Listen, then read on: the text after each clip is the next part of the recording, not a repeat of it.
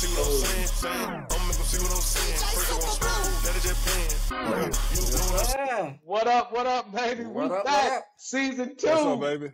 Episode 1 in the building, yo. Hey, yes, we so happy to be back. What's on the menu? We got it popping. Hey, we got a hell of a show today. We got some of our homies on here. We're going to have some great conversation. But before we jump into the show, we want you to do a couple things. We want you to subscribe to What's on the Menu. Yes, sir. On Facebook. We want you to share this. Hey, you know what it is. We're coming back with some hot stuff. Hey, Greg, who we got on here with us today, bro?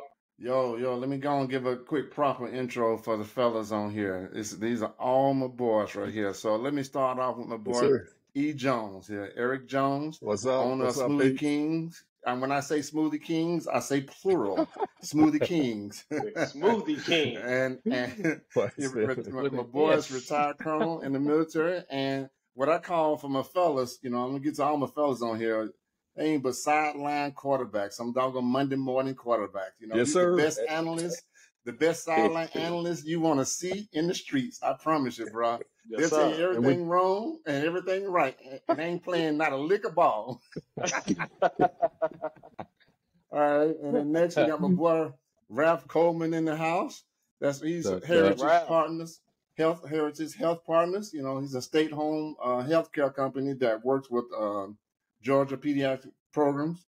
He provides in-home nursing and personal care services to families with medical and fragile children, under the age of 21. Mm-hmm. That's my boy. He got his own thing going, so y'all make sure y'all hit him up now. Getting it definitely, in. Definitely. What's up? Then we got my boy Ty in the house. What's up, fellas? What's up? What's up, man? Ty is the owner of Harper's Cuts. Y'all, let me tell you, it's Cuts and Styles. It's in Alpharetta, Georgia. Let me tell you, fellas, I've been going to Ty. That's the A, baby. That's the other A.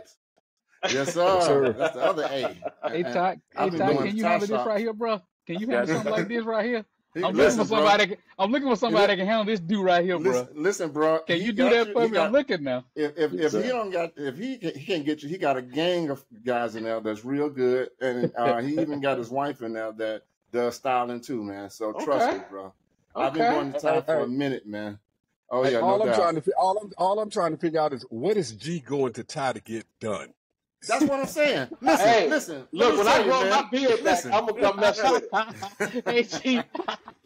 Listen. That's what I'm saying. I can cut my own hair, but I go to this mug to get and pay him money to get my damn hair cut. It's that barbershop conversation. You can't get that barbershop conversation. That's what it is.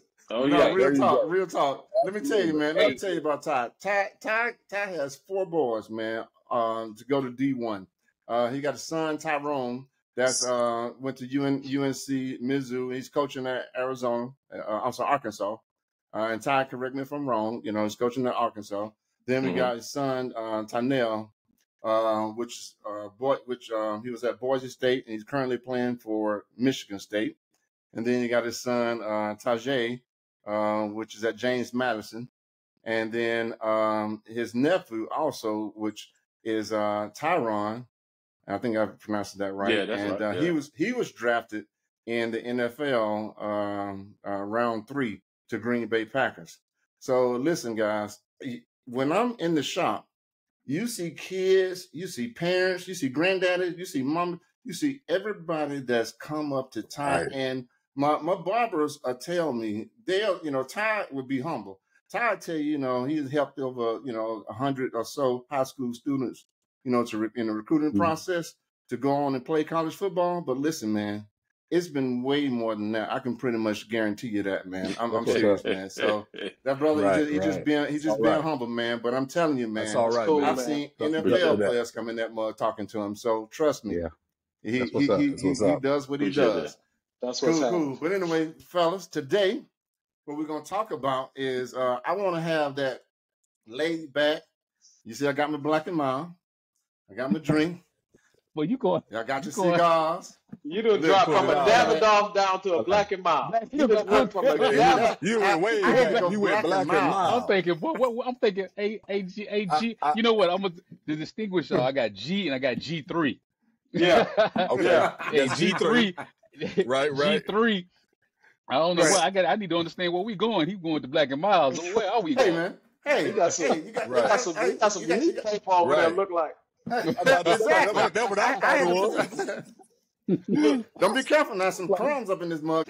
Yeah. Anyway, man. All right, real talk though. Real talk. So today, I like I said, man, I want us to just have a laid back, conversation. Have a barbershop cigar chat. Just talk about, how we get, kids to college football. Talk about the NIL deals. Talk about the challenges in sports. We want to talk about some of the NFL relationships, guys. This is what I really want to talk about. I want to talk about relationships specifically with all the Caucasian women with brothers at the last draft. That's what I want to talk about. That was called the Last Supper. Let you do the Last Supper that they pay for. Yeah. The Last Supper that they pay for. Right. Exactly. So what I really want to just really get at then, anybody can jump in, but Ty, I want you to just give me some feedback on this whole NIL deals, man, because my son, he in the damn 9th grade, and they giving him a contract that he got to sign to talk about if you do a NIL deal, it can't be no school this, no school that. I guess the bottom line is, after you're reading through it, he can make all the money he wants. But when it comes down to it, it's just really just his name, man. Yeah. So really, to be honest with you, man, that stuff was jacked up from the beginning, bro. So when they came out with the NIL deal, to me, I think it was really simple. I thought that, this is my opinion on it, I really felt like they could have did something simpler than this, where it wouldn't have messed up college football a little bit. I thought that they could try to say, okay, you know what? With these kids that's under scholarship, we're going to come up with a certain amount of money. We're going to put it aside every year. Then when the eligibility is up, they leave with whatever the money that is. That could be, 50,000, 75, whatever. But so what that would have done, it would have helped those kids that get done with football and think they're going to the NFL and they got their degree and the only thing they know is football. And then they don't know what to do with the rest of their life. So now if they got $50,000 to $60,000, $75,000, they can start their life, and got their degree and kind of move forward like that. But instead, they said, you know what, you can get paid off your name, image, and likeness, unlimited, you want to do it. So what happened is everybody figured out how to, like, hey, if I throw the most money, we got a lot of people, and we throw the most money, we're going to get the kids. And so it kind of got to the point where, when it started happening like that, it was cool. But then what happened is this was the part that a lot of people don't know, is people started, let's say I'm at one school, right? And I need a kid, this other school over here, they ain't doing that well. But it's a kid over there that's really good. They'll send a third party guy to go holler at that kid and say, hey, what they giving you over there? Oh, they ain't giving me another 25,000. Hey, we give you 100 to come play with us.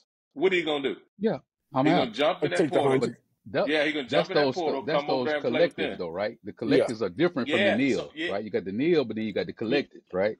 Yeah, but see, that's the difference. It's right? all but it's all pretty much like. So this is what a lot of kids don't understand. Anybody can get NIL, right? So let's say, for instance, you don't have to go to the collective, so you can just do your own deal or whatever. But the collective is a group of people that just put a lot of money into the thing, and then they say that the teams, they say the coaches don't really say who the money go to. The collective make the decision. That's not the case. You ain't gonna tell me that any coach that really want a kid and that amount that goes to that kid is gonna go from the coach to the collective, and it's gonna go to that kid. But they're not gonna say it like that, and the reason why is because they know that they don't really supposed to have anything to do with it. It's supposed to be just the collective and the kid, right? But that's not the booster, the collective now. Yeah, I mean, so it's free agency. Well, we got free agency in college. No, actually, exactly what Ralph said. That's what I was about to say. Basically, you got free agency. And here's the deal. College football is a professional sport. We can call it college. We call it whatever name you want to call it. It's a professional sports now. It's been that way for a long time. Kids are getting paid. It's been that way, but the kids haven't been getting paid. It's been that way, right? They haven't been getting theirs. Right. It's been right. Exactly. They haven't been getting theirs. And then now I can actually appreciate the fact that, hey, a coach can leave a school because he's done well at a school. A kid does well at a school, guess what? Now he has a chance to make some money. He can do what he wants to do. Right. You know, and you said to me, you know, and I know there's some drawbacks to it because guess what? Like you said, and basically kids bounce from school to school, even if they're in a good school. I mean, you look at a kid. The kid went from the wide receiver, I think Isaiah Bond, went from Alabama to Texas. Yeah. I mean, what's the trade-off? Well, the trade-off is oil money. Okay, that's just my opinion. I don't know nothing about that. But so trade-off is some paper. But I'm probably guessing that you left Alabama to go to a school. Now, Texas is a good school, but guess what? Right. Last time I checked, Alabama was pretty damn good themselves. So, but see, let me ask you this because you raise a good point, man. So the trade-off is the oil money. I'm with you on that. But what is really the trade-off? Because if you followed him, how is he doing now? Is he really, doing exceptional? You mean as far as or did you guys? You mean playing or yeah? Does it matter though? What I'm saying is, does it matter because he got his deal? Yeah. He got his deal. Now watch so this, if he got his deal, he they offered him the money. He got his money. It doesn't really matter if he's playing well or not. I mean, I think it should. I think it should. But Todd, what you got? Guess what's behind that, though, that people don't talk about? What's that? Behind that is you hear the money and you say, boom, I'm going for the money. What they don't think about is all the other stuff. So when the kid transferred, a lot of his credit's going to get lost. So he got to go to school longer than he thought. There you go. So that's the stuff that they don't think about. Another thing is you going from one scheme to another. Yeah, but they don't think about it. They don't really know it. Then you're going from one scheme to another scheme. So you might have been cold-blooded in the scheme that you was in. Now you're going to a scheme that's totally different. That's where I'm going. Yeah, and so what they'll do is they gonna want to put you on the field because they paid you. But any little thing that goes wrong, they gonna go with the kid that's most familiar with the system they got that they felt like, well, shoot, he done stepped his game up. You know what? I'm not gonna give him the benefit of the doubt. Now, at the end of the day, if that kid had a chance to do all over again, he going again. Just because it's all about the money, it ain't about all the other stuff. But at the end of the day, when you're a parent, you got to weigh the options all the way through with that kid. Let me go ahead. I was just gonna say this: the thing, right? It's what this country is built on, bro. It's free enterprise, right? We all get to do what the hell we want to do and make money. And it's been that way forever, except for these college young men. Yeah. And I never could understand that, right? Well, I could understand NCAA was thieving a little bit. That's what they were doing, right? They knew what they were doing. Yeah. No, that's exactly what they were doing. So everybody can earn whatever they want to earn. Do what they want to do. If that's what you want to do, man, do it. If you want to go to 5, 6, 7, 8, 9 schools, you do that because that's what you want to do. Everybody has that right. We get to jump job to job to job. Greg, what me and you used to do back in the day? What we did, Greg? Contract. Yeah. Contract. The highest bidder. And I get you. Listen. I can look at it and I can appreciate it from a contracting perspective. I get you 100%. But then now that I'm older, and then now that I want to get myself in a different type of position and look at it from a business perspective, from a coach and a business perspective, is that wasting money from their perspective when these guys are true free agents jumping from you? Because you have to go. You go from school to school to school. Then you have to learn the program and the practice and the plans and the routes from the other school, each school. Yep. How effective can you really be though? Not real talk. Go ahead. Actually, so the Alabama scheme. So my son is on the team at Bama. You know what I'm saying? So it was easy for Isaiah to go to another school because all of them were brokenhearted that Nick was leaving, right? Okay. The new coach coming in honestly didn't have the wherewithal to throw the bread around immediately and say, hey, Isaiah, stay. We're going to take care of you. This person, we're going to take care of you. So Nick's perspective was, man, I can't recruit like I used to because the kids are going to be jumping for the money versus the program. Right. So while Nick might have had a slight advantage because most of the 5-star kids coming out of high school want to play at the program. Right. It's a feeder. With the money. Yeah. For the program. Right. Before. Let me interject this one thing because I know Todd said something about credits. I mean, let's keep it real. These kids are there to play football. The football field is their credit. Now, I'm not saying, now, let me step back before somebody, I was going to say that, but I know step back it ain't the popular thing to say. I get it. Oh, you think, no.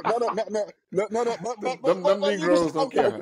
Okay, I got something to say to that. Go ahead. I got something to say to that, though. What are we in school for? To get money.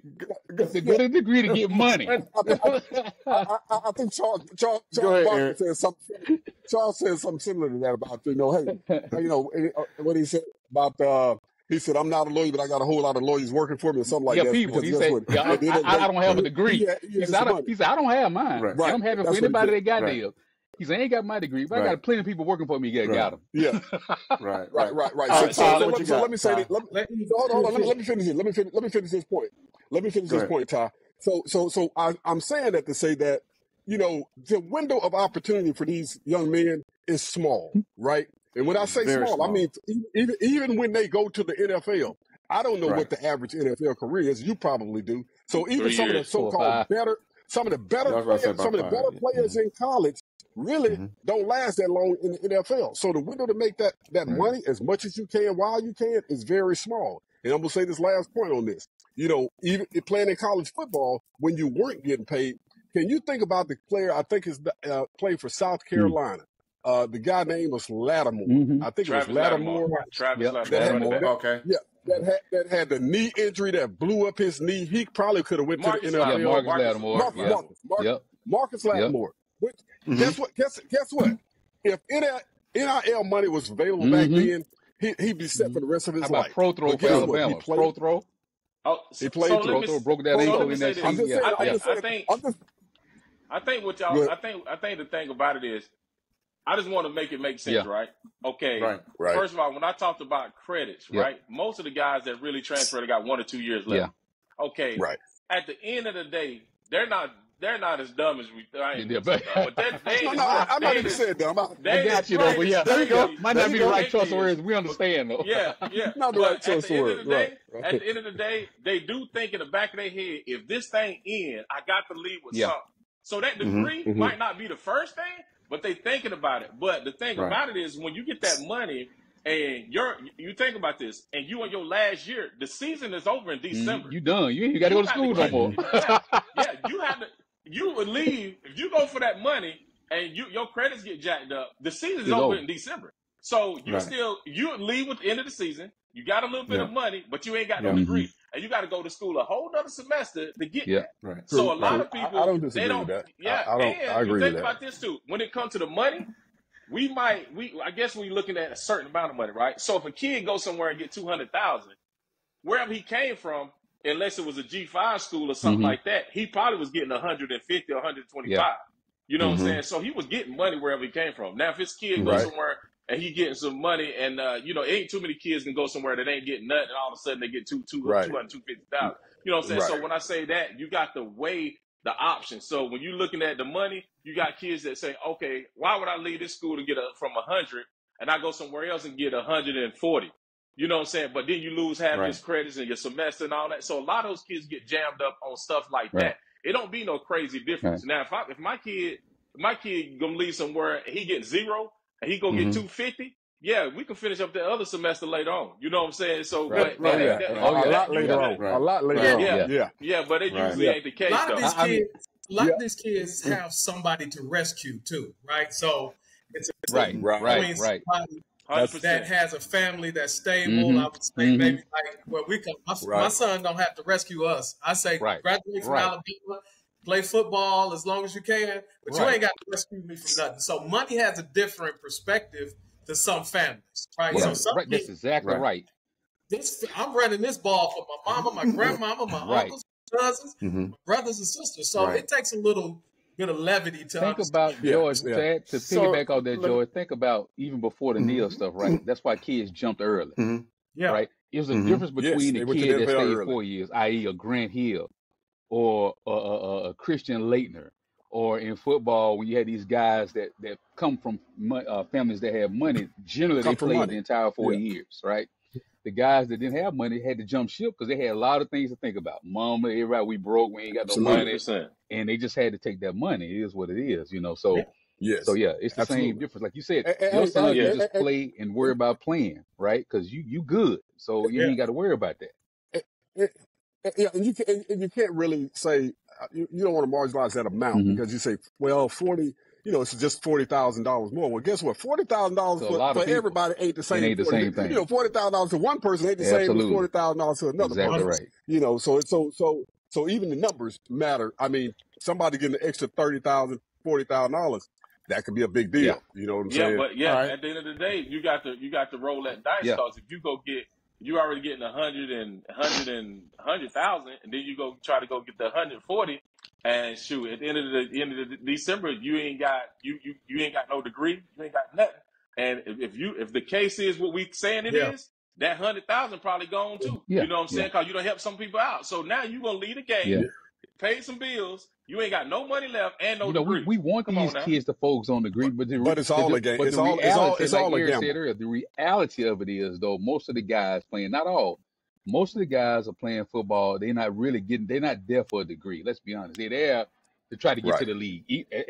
As far-fetched as someone, think that they might get there, because everybody think they're going, right? Everybody want to get in, think they're going to the league, but we know the percentages are small, and we know the majority of those children or kids are not really focused on getting that paper, on that piece of paper, that even when they get degree paper. They really want to go to the league.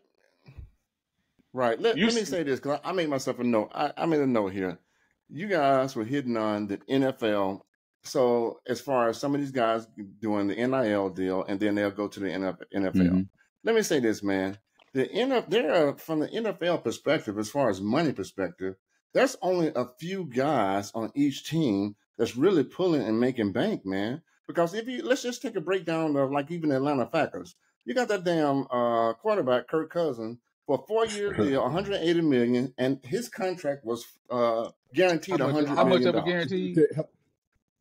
$100 million guaranteed. Goddamn dollars. Okay. Are we changing subject? Because you know I got something to say. Bro, hey. I'm gonna say this. And I'm gonna say this. I got something to say right now. I'm gonna say this real quick. I'm gonna say this. I know you got something to say, but I'm gonna say this. Dak just signed at what did Dak sign? 100. What Dak signed? 100. What 400 and what? What did Dak just sign yesterday? Some astronomical 400 plus. Let's say 400 plus. I can't remember. Yeah. So, but let me say this. So, but when you really look at it, man, if you break it down, Atlanta Falcons? I think their cap is like at 3.5 or something like that. I can't remember. But the bottom line is, everybody on that damn team ain't making bank, man. You got some of these players that's damn $50,000 a year, bro. That's everywhere. Like that's my point. That's life. Yes. Like the CEO, like when you're at a company, the CEO making all the money, the workers ain't making shit, right? The bottom lowest workers working. The people probably that's operational, that's really keeping that shit running, ain't making no money. They're making less money as anybody, right? They're making right $35. Exactly. Right. Exactly. They're making $5 million. Right. You know what I'm saying? I'm just saying, right? I agree with all of that, but that goes back to what I stated earlier. That's why I say the window to make as much money as you can while you can is small. And I agree with you, Ty. I mean, again, I'm not trying to marginalize the value of the education, because I think that's important. I think we would hope that they would, and some of them do go back and get their degrees later. But at the end of the day, or whatever, right? Right. What you got, Ty? What you got, Ty? Yeah, I'm gonna tell you what's funny about y'all. What y'all saying though, everything you said is 100% correct too. But what happens is, I guarantee you, 9 out of 10 that come in going to college play football, they think I'm going to the NFL for getting that degree. That's exactly, Ty. That's what I was saying. 9 out of 10. That's what they thinking. No, watch this though. Right. What's the easiest degree I can get? And the parents be in the background say, "No, get your." No, they're gonna get the easiest they can get. Whatever. And when they get through and they got a degree, what is in? No, listen. Watch this though. On the back, they come in thinking like that. I'm going to the NFL. But somewhere along there, reality set in, and they see how far the NFL is. I know some where it don't. You would hope. But see, the thing about it is, like before the NIL, it was a lot of them that somebody told them you was good. They had a bunch of bad people in their ear, and they jumped to go to the NFL and didn't work out. No degree, no nothing. But now, see, the thing about the reason why the kids can get the degree now, because if you good enough to go to the NFL, you good enough to get NIL money. So what happens is, like you was just talking about earlier, so now you can actually get that degree. And kids start thinking, well, now on the back end, man, maybe I do go, maybe I don't go. And so at the end of the day, they be trying to figure out what credits I need, what I need to do. and they trying to finish it up on the back end. And so the mindset, you think about an 18-year-old going in and a 22-year-old, they think different. You know what I'm saying? So everybody want to go to the league, but I understand when they go in, they say, man, I don't care about no degree. But at the end of the day, when they about to leave and they know they got a year left, they doing everything in their power to try to get that degree. That's also based on, again, I think the home structure, right? Like, my son, I'm like, all right, you graduate. Probably on his ass about it. Yeah, you graduate early next summer. Your NFL is you got a free education, right? I ain't worried about nothing else. So it kind of like starts too with what your parents are preaching and what the people, like you said, in your ear actually telling, because you made a very valid point, is that the kids that are getting the big NIL money are the kids that's probably actually slated to go in the league from the first times, anyway. Yeah. Right. So they don't get everybody NIL money. Right, exactly. Whoever you want to call, those kids are standouts, right? They're getting it. They pull Isaiah from Bama to Texas because, shit, we saw what you did at Bama, so come on over here. If we don't use you, you have the potential to go to the league. Right. Bama was a school that all the kids wanted to go to because, again, I call it the NFL feeder, right? So, right. I agree. Ain't nothing like that, right? All I got to do is this our resume. This how many people we send into the league. Yeah, that's it. You know, it's like Kentucky is for basketball. Right. Was for basketball. Absolutely. North Carolina. Right. Yeah. So let me ask you something real quick. It's crazy. Go ahead. No, I said it's just crazy how the whole thing is set. Yeah. I just think that if we all details and everything, we all can agree that it could be a lot better. Now I do think they should have put some rules around it. I do. I would say. I would say maybe just for the sake of the game, maybe limit the amount of times you can transfer, or put some limitations around it. Not that you can't transfer, but not that hopping every year type thing, right? So I think that they should have put, and I think they will, to be honest with you, I think they will kind of pull it in a little bit and put some rules around it, but still allow them to, I'm just glad though, still. Like as a fan, I don't like it, right? Because my players get yanked. My favorite team, as a player, I don't like it. I mean, as a fan, but as a person, and these guys making money, I'm all for it, because I've been saying it for way before now, that these players should be getting money, because they bring, this is no longer, we give you a scholarship and that's good. No. This is a $1 billion industry, and everybody making money except for the product. The Fab Five, one more thing to say. Fab Five from Michigan was the first ones that fell under that whole duress. They go in the mall, they can't even buy food. That's what Jalen said. Jalen looked around and said, "Wait a minute." Out. Yeah, exactly. Yeah. His jersey for sale. Right. His name on it. His name on it, but he can't make no money from it. His name on it. Right. Ridiculous. Right. No, ridiculous. Like my son, oldest son, he coaching at Arkansas. He's an assistant D-line coach. Okay. This joker played at North Carolina. Man, that joker had 5 shoulder surgeries. 5 tears. And 5 shoulder surgeries he had. He had a growing surgery. Damn. Wow. He done had hip surgery. Already. He's young. He a young cat. How old is he? So that's it.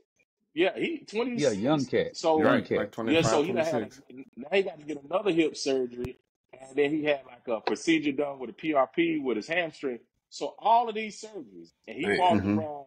He walked away from the game with no NIL money, Wow. Well, his last year when he transferred to Missouri, he was able to do a little something, but it was just he had came back off those surgeries, so they really didn't take care of him. That's another reason I'm glad they're getting that money now. For the reasons just like that. You know what I mean? It goes on into their old age. When you're 26. Oh, yeah. That stuff might show up again. It's going to show up again on him. Right. Yeah. So, I agree with what you guys are saying, but let me just a little controversial in there, man. I agree, but just a little bit, let me throw in there. You got that dude out of California, that Caleb Williams guy, where that mug, when he, in 2022 Heisman Trophy, he was doing like, his NIL deal was like 10 million or something like that. I can't remember, 10 or 15 million. So now he signed, about a 4 or 5 year for about 40 million with some other type of, 20, 30 million signing bonus. For the rookie max, whatever. What is the rookie max? For the rookie max, whatever it is. So it's standard. With that in mind, this mug, just even the other day, this mug ain't throw a touchdown, and the Mugs was able to win the game. But he a rookie. Look, what the hell? These rookies look good in preseason. Him, Bo Nix, Daniels at Watch, they all look great in preseason. But how long have we been watching football, y'all? We all about the same age. Long time. You see it every year. Right, I knew preseason. I said, now watch it. On kickoff day, it ain't gonna look like that because they rookies, and they're gonna put it on them, and they did. None of them look good, right? But that's the NFL. Hopefully they will progress and get better. But I didn't expect them to look good being a rookie starting in the league. I just didn't. Not when they're going up against the real starters. I mean, think about it. Most starters did not play in the preseason, and they don't play anyway. So. Exactly. You look good up against. What do you guys think about? And he's making the most, I think, NIL money right now. Is Shedeur Sanders. Shedeur Sanders. Nebraska kind of made them look like look regular. Look regular as hell, didn't they? look regular right there. But I'm glad he's getting the money. Dion know how to get him the money. Right. Boy, I'm gonna tell you. Nebraska made them look real. They put it on Nebraska last year. They put it on Nebraska last year. But Nebraska got a new coach, an experienced coach. They got, they got old boy. They got Raiola, Matt Rule. They got Matt Rule. They got Raiola, who's get from where? Yeah. Right here in Beaufort, baby. He had transferred from California. Guess what? Into Beaufort, because Beaufort is one of the premier programs in the state, right? He played in Beaufort. Was supposed to be going from there to Georgia. That was the whole point. Right. His dad is an alumnus of Nebraska. And, I guess, that conversation, that money changed his mind. And now he in Nebraska. So Nebraska, and that was a big win for them. Nebraska hasn't had a real top-notch quarterback in a long time. So I said that when he did. That's man, that's big for Nebraska to have a really a 5-star type quarterback coming in there. And he's looking the part right now. I don't know how it's going to turn out, but he's looking good with Nebraska right now. Yeah. He's looking the part, but like you said, at the end of the day, again, if we're talking NIL money, Shedeur, same thing. Get your money. I mean, but it's funny for him. He went to Kansas, didn't he come from a good look. He had money. That's a good thing. That's the crazy thing about him, right? They can just kind of play and learn the game and try to get drafted. But what kind of? Oh no, that is. I get it. But Dion was taking care of them boys. Come on. I've been watching Dion a long time. Y'all been watching his reality show. He been coaching them boys all the way up through high school. He been grooming them boys. He's been grooming them cats for this moment right here. Right. So let me ask you something.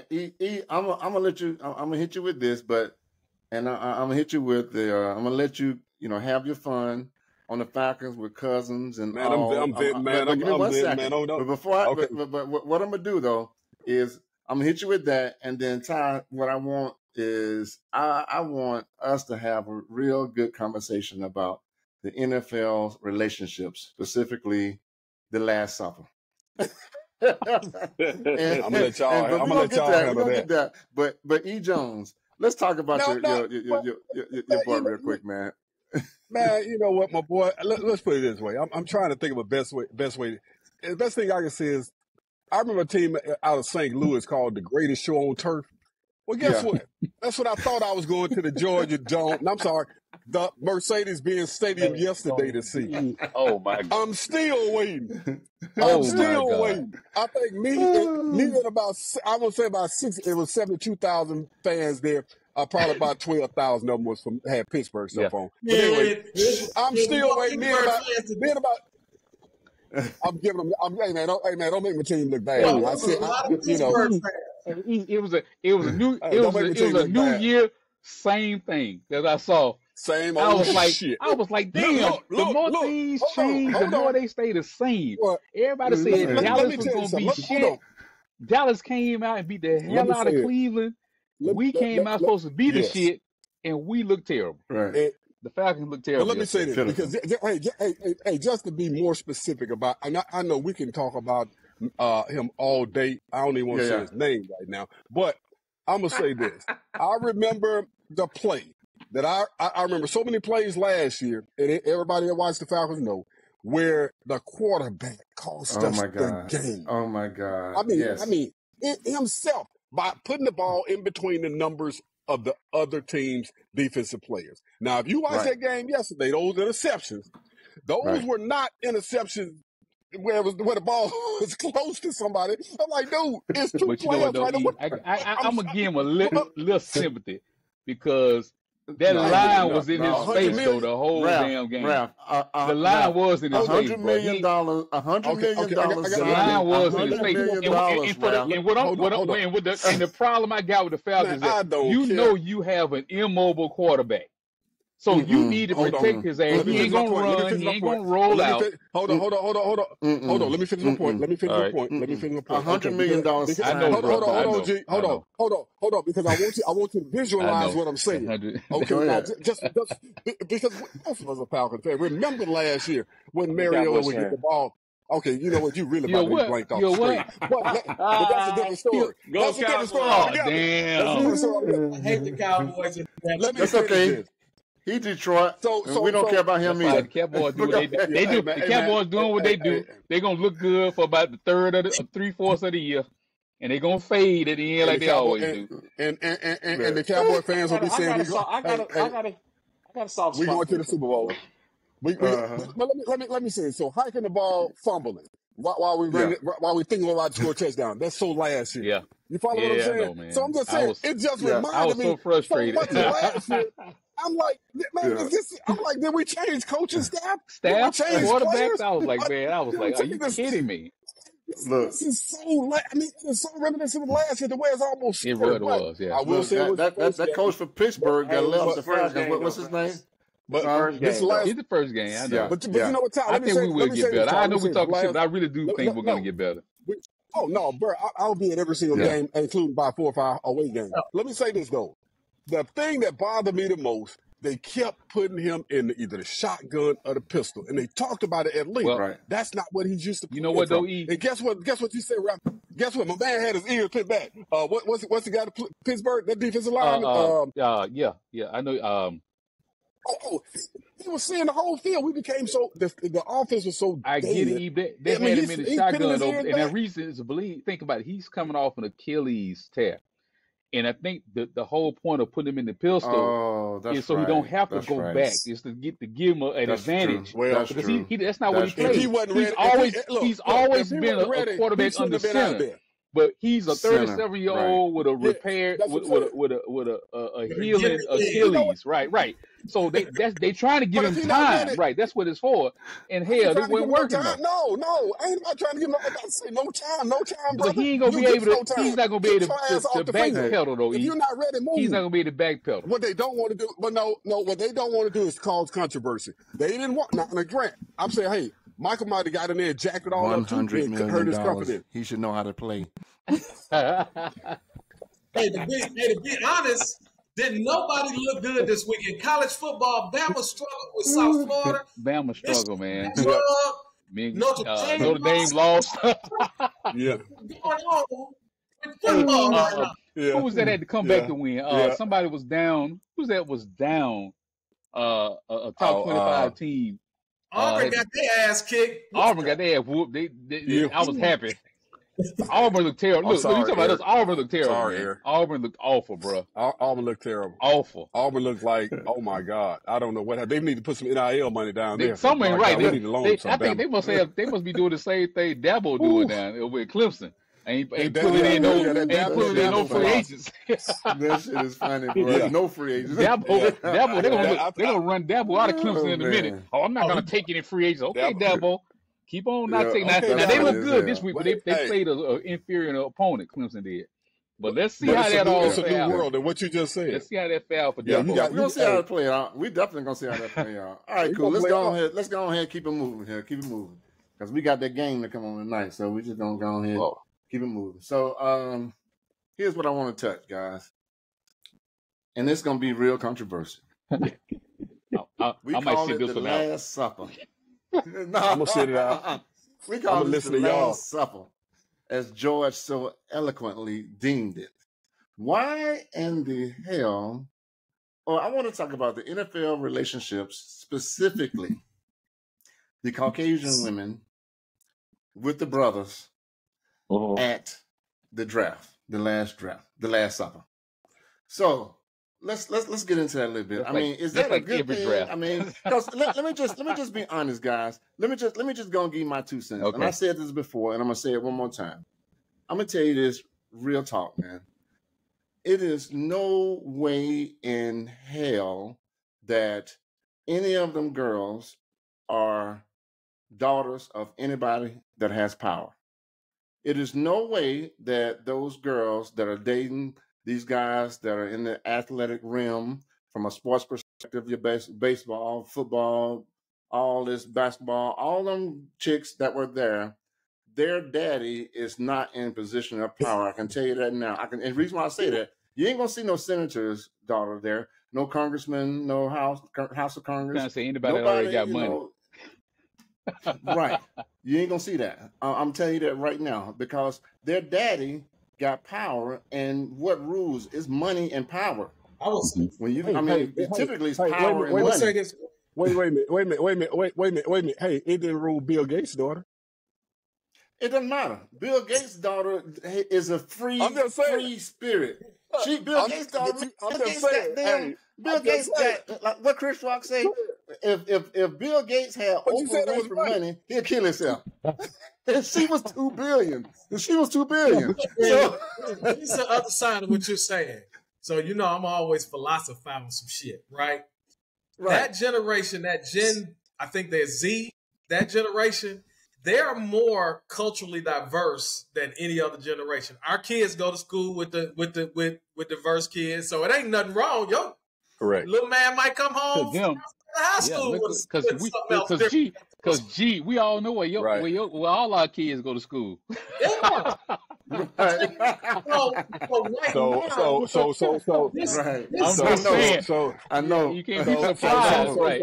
Yeah. This is different from the 80s. I was about to say, Jay, you took the words right out of my mouth. I said we can't go back to the 80s, and we really don't want to. I mean, so at the end of the day, hey, let them choose who they want to choose. I mean, that should be it's a free enterprise, right? Do what you want to do. If you ask some kids, if you go ask those kids right now, what they're gonna tell you, most kids gonna tell you, "Hey, I like them all." They don't care. That's what they're gonna tell you. Right. And that's true. Now, when you're looking at the numbers, that's where it should be. We looking at the numbers, especially at those schools they go to. Yeah. You know what I'm saying? Go look at those numbers. So when you go look at the numbers of how many they got to choose from, versus on the other end, shoot, bro, they you know how it go. But and so but to Greg's point too, though, about. I saw something a few months ago. It was I think a black young lady was doing a TikTok or something saying that, that the white girls understand the assignment. Period. And she said that she had heard. I ain't gonna be able to quote it, man. I hope some more of y'all heard it. Know what it is. Enough. It's something about go to school. By the time you graduate, it's a saying that they use about finding a guy before you graduate or something. It rhymes. I can't remember the rhyme. Yeah. Find a girl. Find when you go to college, you find finding your husband before you graduate. You finding that guy. You out there. That's what you focus. Your focus. They're taught is for that. Finding is finding that guy while they're in college, right? And she said that she was like she heard and she was like, I had never heard that before, and I hadn't either when she said it. She said, but she heard girls actually saying that, repeating it over and over. So it's almost like they're taught it. I don't know, that, but it's a thing. Yeah. You make sure you find your husband or your guy before you leave college. Right. Because that's a difference. That's a difference. Go ahead. I want to ask a question because I don't really know. I just been talking to some people. So what's that? So when it comes to like some of the black girls in college and stuff like that, I used to listen to some of these kids talk. And I used to hear that kids with girls that's going to college, going to black girls, got their stuff together, and it's one that you think, okay, my son, that'll work. That'll work. You know what I'm saying? It seemed like, from listening to the kids, it seemed like the girls' focus don't even be on the guy. It seemed like their focus is, let me make sure I get my education, get everything. I can talk to a guy later on for us when they come to a serious relationship and all that stuff. I ain't got no daughter. I don't know how parents raise. You mean all girls, or you mean a specific? Not all. That's right. Now you're correct. The black girls are taught. You're correct. Get educated and get your money and do that. That's you're right. That's exactly. Yeah. So that's you 1000% right, because that is, and I back what Raph is saying. 100%. The black girls are taught to be independent. And I hate to say it all the time. It's the independent, exactly. And they're taught to go get your education, and then you can get the money and whatever. But they have to graduate. The white girls are taught. They are trained. It's a different culture. They're trained to have husbands. You know, and listen. Let me throw this in right quick. One thing I told my wife, I said, what's interesting about me in corporate America, right? And I've been in corporate, I've been over 30 years. I can work, and I work for some of the largest corporations, you know, worldwide. Right. I always go to, and I always notice a couple of things. White women are always married. I don't care how they look. They could be fat, ugly. They always got a husband. And I work with a ton of black women, single. Right, Ralph Coleman with all of your No. That's not derogatory. That's not derogatory. What I'm saying is that's what I've noticed. Well, I don't know the reason. I'm not stating there's a reason. I'm not saying that they're better, that anybody's better than others. I'm saying what I noticed. And my wife and I had this conversation last. I said, I work with people, and the white women are always married. And now we can debate why that is. I'm not saying there's a reason for it. I'm just saying what I noticed. It's survival nature, just like the kid that's trying to rescue his family because he's the one that's going to lay the golden egg. Historically, black people don't have generational wealth just laying around. Right. They're more tunnel vision focused. Like, I got to feed myself. That's exactly right.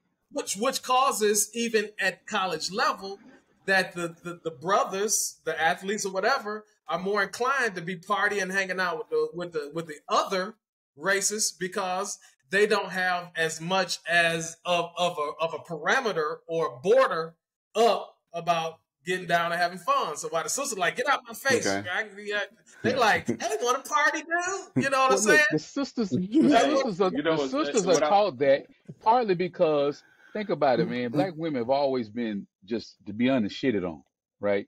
Whether it's over the years, right? Even let's go way back, right? The black woman was really just down and down. And I think coming forward, that's why we teach them to be independent, be strong, take yourself.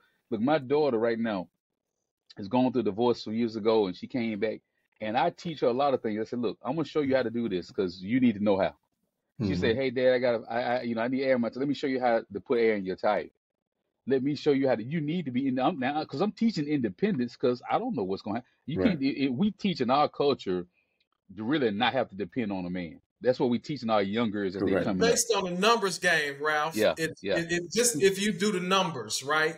If it's 20 black women to 10 black men, that means it's a half of that number is cut in half because it's just more women than men. Right. So if you got 5 chairs and you're playing musical chairs and you got 10 people playing, 5 of them ain't gonna get to sit down because it's just ain't enough. That's just the way. But the crazy thing about it is when I be listening to, I'm in the barbershop now, y'all. Know right? The barbershop is where you get all that. I'm gonna tell you what I'm hearing, and I understand exactly what you're saying. You said, Ralph, I understand exactly what you said. But what's crazy is a lot of guys, a lot of times when it comes to that they label it strong, independent black woman. When it comes to that type of woman, a lot of them they feel like those type of women don't act like they need them. You know what I'm saying? Like far as in a relationship, so. They kind of, like you said, when you go thinking about somebody else and they over there like, hey, look at me, I'm ready, whatever you want to do, however you want to do it. And I think that's the thing. And so I think where we're missing that is we talking about it as adults and we all got kids and stuff like that. But when we talk to these kids, I guarantee you, the girls and the guys, the black boys and the black guys, I guarantee you, if they open up, they'll tell us some stuff that we can connect the dots that we didn't even think about because it's really man, when it comes to, like, my youngest son told me one time, Dad, I want to talk to a black girl at school, man. And that black girl, they're pretty good, but they ain't trying to, they act like they're interested or whatever. Wow. He said the ones that is interested, he said they got too much going on. And he said, you know what that means? And I was like, yeah. And then he started talking. And then one thing, that's when it came up to where I started noticing, started paying attention. A lot of those girls, I ain't got a daughter, but from what I hear, a lot of parents, you got a daughter, you want the daughter to get pregnant, you don't want her to be out there, you should be trying to be protective. So everything, education, you can date, but it's real protective, like, what I'm saying? That's what I'm hearing. And so those boys, they thinking that those girls got like a shield around them. And then, of course, here come, what's her name over here? She ain't got no shield. She just over here like, I'm ready to go. Let's go. And then them black girls, I mean, it's a culture thing. They'll hit you with before we go on a date. You need to cash out me $100, or you. That's a whole nother story right there. God, I heard a woman say on the podcast today, "You can't talk to me without paying me." She said, "I'm not gonna talk to you on the internet if you don't cash out me." It's systemic stuff. Listen, man. She said, "I cannot even talk to you on the internet if you don't cash out me some money." Bro. Yeah. Listen, man. This day and age is completely different, man. It is completely different, man. Because, back in our day, shit. I mean, we can roll and you can just pick up whoever and just have a good time. Now it's about, before we even have a conversation, you want $100 or whatever you said. You're gonna kiss the back of my ass. Take the path of least resistance. It's common sense to take the path of least resistance. Showing me you a problem already. Why would I go with the problem, right? That's exactly right. Don't show me. We get systemic, don't show me. We get systemic things and generational things that's passed down and behavioral things that's passed down. But I ain't got time for that shit. Especially when what you said earlier, G, when you said that it's 10 chairs, it's 5 chairs with 10 people. Yeah. So what we're gonna do? What we're gonna do next? I'm just saying. Yeah, that's what happens a lot, right? Yeah, man. Turn the page out there, cause I mean, I remember one time, you know what I'm saying? I did like we had all these young guys coming in the shop, and this was years ago, and I was like, who you prefer to date? Man, all these kids start saying like, wow, and these kids. I said, and they come up with all these men. So they came up with all this stuff. Some of them was like, hey, they ratchet or this. Wow. Then they say, well, they don't want to talk. They don't feel like they, the ones that they feel like is a good girl, she ain't ready to date for real right now. You know what I'm saying? Then they say, man, one dude told me, this is crazy. He said, I watch how my mama treat my dad, and I don't want to be no parts. Come on. Really? Wow. Yeah, he said that. Wow. That's a show right there, G. That's some deep shit right there. That's a whole nother episode. I went around that topic. We tiptoeing around it because this episode was we trying to be nice. We tiptoeing around. It's just some but we about to that you got to deal with. Yes. So what I did was I went to Facebook and I just posted what they said on Facebook. And I let Facebook have it. This was years ago. Man, black women got on there and they was going in, but some of them was making some good points. A lot of them was, and then some of them was, you know what I'm saying, on some other stuff, you know what I'm saying? And so then there was some guys that was talking, and then some white women jumped in and said, hey, man, what's wrong with white girls? And they just went crazy after that. And so that whole thing, I actually put it out there, and it started after about 20 comments. I was just letting it go, and everybody just talking to each other. And I tell you that right there was but you know what? In being fair about it, right? If we want to be fair about it, it goes both ways, right? Like I know he said that he didn't want to. He saw how his mom treating his dad, but I'm sure in some families too, we've seen how some dads are treating moms. You know what I'm saying? I'm sure. It goes both ways. You know what I'm saying? Exactly. Because I saw a lot of stuff in my household, right? Growing up, I grew up in the hood, and I saw my dad do a lot of crazy shit. You know what I'm saying? I really did. And I told my wife, we had that conversation before. She was like, "Really?" I saw how they would fuss and fight. I've seen all of that from my dad perspective. You know what I'm saying? So it goes both ways if you want to be fair about it. Yeah. Right. Yeah. Right. I'm gonna say this, man, before we close this down. You and I was at the spot the other night, one of my girls' birthday party, and so this chick was trying to talk to us about relationship, and so I was like, "Look, I'm just gonna be honest with you. I did just a quick poll across the U.S. just in general, just to see if there is any place that a woman outnumber the men. I'm sorry, if a man outnumber the woman. And there are no place. You can go to damn Potato, Idaho, goddamn boy, wherever, and them mugs out there are like 4-1. And I'm like, damn, these women ain't got a chance, man. Because it's still, I said, but you in Atlanta and they talking about 22-1. So I told her, so she was like, well, I can get by this and that, blah, blah, blah. I said, look, and I broke it down for her. And I said, look, let me tell you how it is. You remember I took that piece of paper and I put it up like this. I said, look, let's just take this paper. These are all the men that you got in your life right here. I said, you cut that in half. Those, you can throw it that way. Those are married men. Okay. Now you got this right here. I said, now you get this right here. I said, you can take a little piece of that right there. Them the gay guys. All right. And then you take another little piece of that right there. Damn, these are guys who down low, who down under. They go both ways. Right. And then I said, you can take a piece right here. I said, you know what? Let me go and just do this right here. These are all the guys in prison, the brothers in prison. Right? So this is your option. You've got the dead ones. We ain't even talking about the dead ones. Oh, look. The dead ones.